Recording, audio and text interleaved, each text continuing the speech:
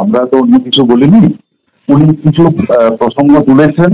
হ্যাঁ, ওখানে আমাদের ওখানে যে সামনে আদিবাসী যে বন কমিটি আছে, ওখানে তাদেরকে দিয়ে আমরা গাছ লাগাবো।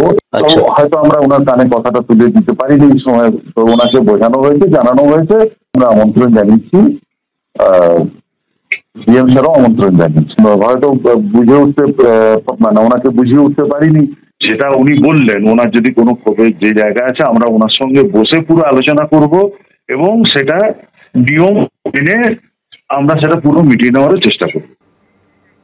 দেখলেন সরকারি অনুষ্ঠান চলছিল এবং সেই অনুষ্ঠান চলাকালীন জেলা শাসকের সামনে ধমক দিচ্ছেন শাসক বিধায়ক। সরকারি অনুষ্ঠানে এভাবেই তৃণমূল বিধায়কের ধমক, বন আধিকারিককে ধমক পাণ্ডবেশ্বরের তৃণমূল বিধায়কের। আপনি ভুল সিদ্ধান্ত নিচ্ছেন। আমি এখানকার বিধায়ক, আপনি আমার সঙ্গে পরামর্শ করবেন না। আপনি যা কিছু করবেন।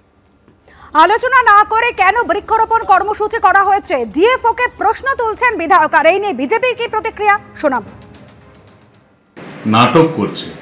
ও নিজে প্রথমে বলল যে ওই অঞ্চলে গাছ লাগাতে হবে, এখন দেখছে যে ওই অঞ্চলে গাছ লাগাতে গিয়ে বেশ কিছু পরিবার তার বিরোধিতা করছে, ভোট কমে যেতে পারে, তাই ডিএফওকে গালাগালি আরম্ভ করলো। এবং সবচেয়ে যেটা দুর্ভাগ্যের, যে জেলা শাসকের সামনে এক বিধায়ক, নাটকবাজ বিধায়ক, ডিএফওকে খারাপ কথা বলছে, গালাগালি করছে, বলছে তিনি নাকি ষড়যন্ত্র করছেন ওকে ভোটে হারাবার জন্য। ডিএম সাহেবের তো ব্যবস্থা নেওয়া হচ্ছে। ডিএম এর সামনে এক বিধায়ক ডিএফওকে গালাগালি দিচ্ছে, ধমকাচ্ছে, থ্রেট করছে, আর ডিএম সাহেব বসে বসে দেখছেন। এটা যদি কেউ বিজেপি কেউ করতো তাহলে কি হতো? এতক্ষণ অ্যারেস্ট হয়ে যেত।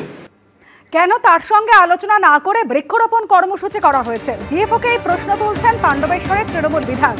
যদিও ঘটনার সামনে আসার পর তিনি বলছেন আচরণের জন্য ক্ষমা প্রার্থী।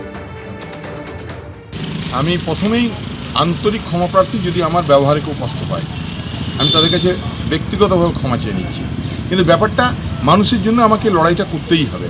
ওখানে আদিবাসীদের যে জমি আছে, সেই জমি মাপজোক না করে, আদিবাসীদের সঙ্গে কথা না বলে, আদিবাসীদের কিছু রায়তি জমি আছে, কিছু পুরুষানুক্রমে যারা জল জঙ্গলের মানুষ, তারা জঙ্গলের মধ্যে বসে আছে, তাদেরকে উদ্বাস্তু করার জন্য একটা যেভাবে ওনারা এটাকে উপস্থাপিত করেছেন, আমার খুব কষ্ট হয়েছে। আদিবাসী ভাই বোনেরা আমার কাছে এসেছিলেন, প্রায় 300-400 মহিলা এসে আমাকে বলেছিলেন। তো আমি সেই জন্যই আমার এই রিপারকেশন, আমি ক্ষুব্ধ ছিলাম। আমি যাদের কাছে এই কমপ্লেনটা করার দরকার হায়ার অথরিটির কাছে, আমি তাদেরকে কমপ্লেন করেছি, আমি তাদেরকে অভিযোগ জানিয়েছি।